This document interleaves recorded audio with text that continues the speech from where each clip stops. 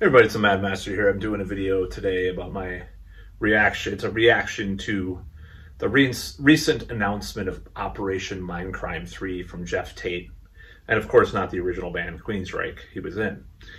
And I have mixed to negative feelings about this idea. Now, I'm a big fan of the original. When I was growing up, my brother had the tape, and he also had the Operation Mindcrime VHS. He used to play when I was staying the summer at my father's house growing up. We watched that countless times, other than playing Legend of Zelda and, him getting stoned or getting laid at the bowling alley or whatever, with his friends. That was my summer of 1989, pretty much, as a kid. Part of my life, that Operation Mindcrime. Got super into it, it was a hugely influential album on my life, getting into, Pink Floyd and, other bands like that, prog rock in general, prog metal. Other than like Voivod, I think Queensryche was the ones that kind of spurred that in me. So nevertheless, I'm a huge fan of Mindcrime and the concept and the ideas on that album and the sound and the production and everything. So Mindcrime 2 came out, I think it was 2007. And it didn't have Chris DeGarmo, but you had a different lineup in Queensryche, and it was pretty It had some great parts here and there, but it was not very good. And then, not to mention, it was kind of still had that post grunge kind of feel to some of it, which Geoff Tate just seemed really obsessed with for about 20 years. I mean, 20 years too late, pretty much. And then they, eventually broke up that lineup, and Todd LaTorre replaced Geoff Tate. Made some pretty good albums. I wouldn't call them like masterpieces of metal, or groundbreaking in any way, but I do like those albums with Todd LaTorre. I should have listened to the most recent one. I heard like that's the best one, so I don't know. I haven't heard that yet. So it's kind of like with Pink Floyd, you had Roger Waters, these solo albums that were kind of mixed, had a mixed reception. They were very wordy, and then when they broke up, and Pink Floyd did very musically adept albums, that they didn't have the same, scope of the Pink Floyd. But I think those two bands have a lot of parallels even through their histories. So nevertheless, Geoff Tate in recent years has done better stuff. He's done some different projects that were a little bit more actual metal, I'll say that. And then, Avantasia, he's been associated with a lot with Tobias Sammet, and I don't know how to pronounce his name, Sasha Path, the producer, who was also in Heaven's Gate, which is a great German power metal band from back in the day, but as a producer. Now, I could see this I don't see this being successful at all. I think it's a disaster in the making. I think it's a travesty, even, following up Operation Mindcrime. It was kind of the story ended, I'm not going to give away how the story is, a concept album, obviously, how the story ended in the album. And I think it should have been left with Operation Live Crime, which my brother actually saw the show that they filmed that. One of the shows, he was there in the crowd. I think you can spot him. I'm going to try to look for him in the crowd, because he wasn't up front exactly, but I think he is panned in the crowd at one point. So nevertheless, he was there at the taping of that. And that's, like, to me, that was the end of Operation Mindcrime. You shouldn't follow it up with anything else, Other than Mindcrime and the More, which did have more theatrical presentation, I think it was cool, including Operation Mindcrime 2, which I don't like, but the Mindcrime and the More version is a little bit more lively, because it's actually the band playing on it rather than the session kind of guys on the studio album. I don't even think Michael Wilton played a lot of guitar on that. It's pretty ridiculous.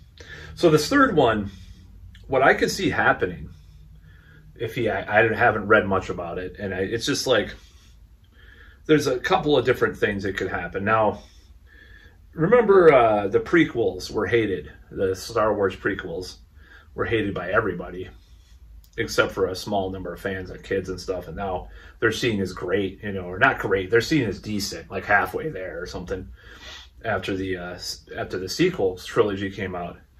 But with the sequel trilogy, it's kind of like a lot of the aesthetics they took from the original trilogy, and they took out a lot of the really weird aesthetics from the prequel trilogy, and they didn't use that. They just used a more kind of rustic, old school look to some of the sequels.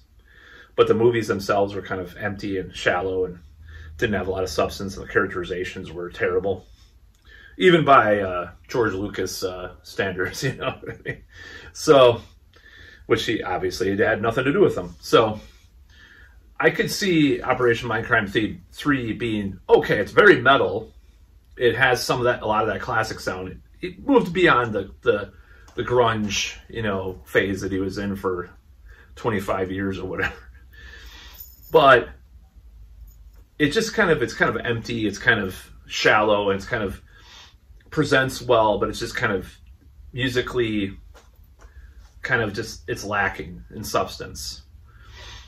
But I think if you got the right production team, like the Avantasia guys, and had them help, even, you know, Tobias Sammet help write it, and some other, maybe even pull out DeGarmo from retirement, I think it could be halfway decent in that case, but I don't think that's going to happen.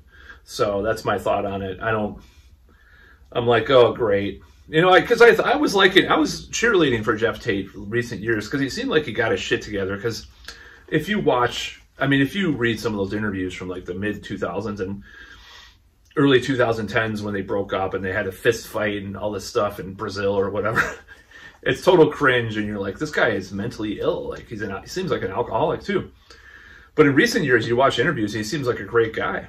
So I was kind of on, and as a singing got better too again. He got better at singing again, and he just kind of did some different projects and stuff that were better. But yeah, I don't know what's going to happen with this new Mindcrime 3. I think that's just an insane idea. I mean, it could be, I'm saying it could have the potential to be okay. It could. But for the most part, I don't think it will be. You really can't follow up something like Mindcrime. It's a once in a lifetime, you know, it's lightning in a bottle kind of situation with that album. You know, it's like, you just can't do it. I mean, I would say do a concept album that's truly metal and truly like technically proficient. Because he said, oh, it's going to be very technical and heavy. It's like, well, okay, so he knows the criticisms of his worst era in Queensryche and solo, right? He's like playing this kind of hack. Like some of these musicians like aren't bad musicians. It's really weird. But you watch, and I'm guilty of this too, because my band, without my permission, posted something that is out of tune. I told them not to do it, but they did it. But you like with Queensryche or like the Geoff Tate's Queensryche, you had stuff that was out of tune, it was out of sync, and like everything was just a disaster. Even competent musicians like Kelly Gray or Robert Sarzo or whatever, it was very strange period of time for that band. But you know, I know what it's like to have stuff out of tune. Obviously, The Ripper, don't watch it. Don't watch the Ripper version that we did. I don't like it. Anyways, I don't know what's going to happen with all that stuff, because I'm just like, I don't like that particular. I mean, that stuff. Hopefully, that gets taken down eventually. It's very embarrassing. So, I'm taking all my guitars to get fixed up and stuff, because that was not a good time. It's happened to a lot of people, but you know, it's just like, it's embarrassing when they decide to post something of lacking quality. But Geoff Tate did not have a eye to quality during that era. So what's to say that this is going to be anything better than Operation Mindcrime 2? Well, I think it will be better. I think with time, because metal got cool again, and Geoff kind of paid attention to that more recently, about 15 years too late, but you know, nevertheless. So, we'll see if it's actually 15 or 20 years too late. Just like with doing like Soundgarden meets Live, the band Live, sort of derived half-ass grunge hard rock with his solo bands, and like with a touch of Pink Floyd or actual old Queensryche. And you're like, what the hell is this? You know, it's like, what were those albums about? Like Dedicated to Chaos. Like, what the hell is this shit? And he talks about YouTube.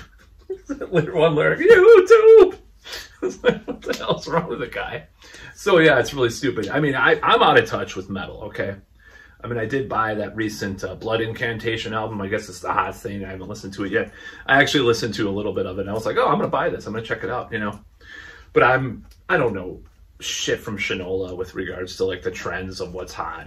Last I knew, Gent was hot, but that's like 5-10 years ago now. So I don't know. But I'm not going to pretend to know and then, like, incorporate. Okay, I did do kind of there was one song that I had, like, an F-sharp guitar in, like 7 years ago that I released. It was on one of my albums, and I'm like, well, I'm gonna put a little gent kind of part. But I no longer do that. I'm still into like technical death metal and stuff, but that's old news anyways. So I'm not gonna update my sound. It's still rooted in 90s and 80s metal and some 2000s stuff too, but I'm not gonna try to sound like whatever is hot, But Geoff Tate seems to pay attention. People like Geoff Tate seem to pay attention to that a lot.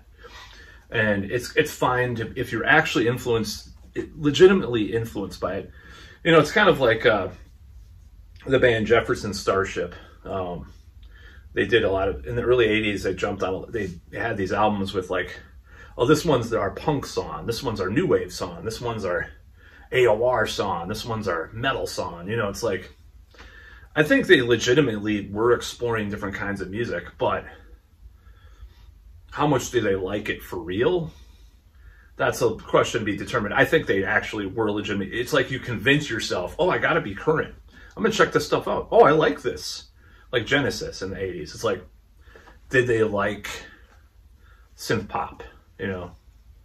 Did they like new wave? Did they listen to new romantic bands to have, or new wave bands to do Abacab or something? I don't know. I can't decide that. That's all in inner workings of these bands. While Steve Harris just thumps away at his bass and plays the same thing he always has, whereas that's selling out too. I don't know. It's like, oh, we're playing the same stuff. Maybe there's a little drop D guitar in one of the songs on the new Iron Maiden albums, but it's like the same thing they've been doing, just a lot longer and a lot more, a lot more long-winded. I love Iron Maiden. Like I said, I saw them live. It was amazing, but recently. But yeah, I don't know what's selling out, what's not. But that's a little rant about Geoff. Geoff Tate. He's a complicated character. I like him overall now. How he presents himself now is a lot better than it was. He probably talks to someone about the PR and has someone monitor social media. What are people saying about me? Blah, blah, blah. What should I do? Blah, blah, blah, blah, blah. Like it's like a politician. Ironically, he talks a lot about politicians in his music, but it's true. So, but yeah, we'll see about this Operation Mindcrime 3. I think what he should have done is just like done some kind of cool new concept, write a new concept album. And I know he did concept albums with his band, Operation Mindcrime, his solo band. But, do something with a lot of guest stars, right?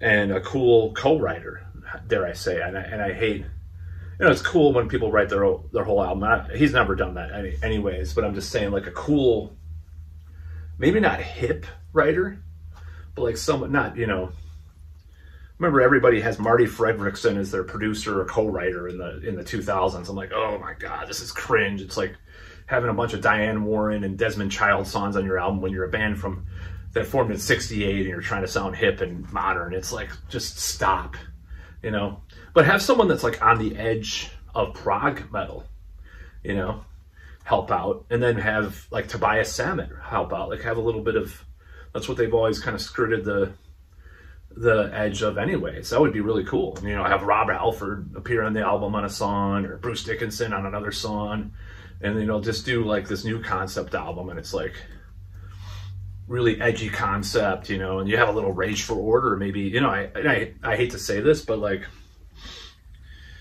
Rage for Order with a little bit of like maybe a little synthwave and industrial like influence on there, because like some of that Rage for Order stuff is just such, not synthwave necessarily, but like a little bit more electronic stuff, because that had some electronics on it. For the time, it's very groundbreaking. Listen to it again.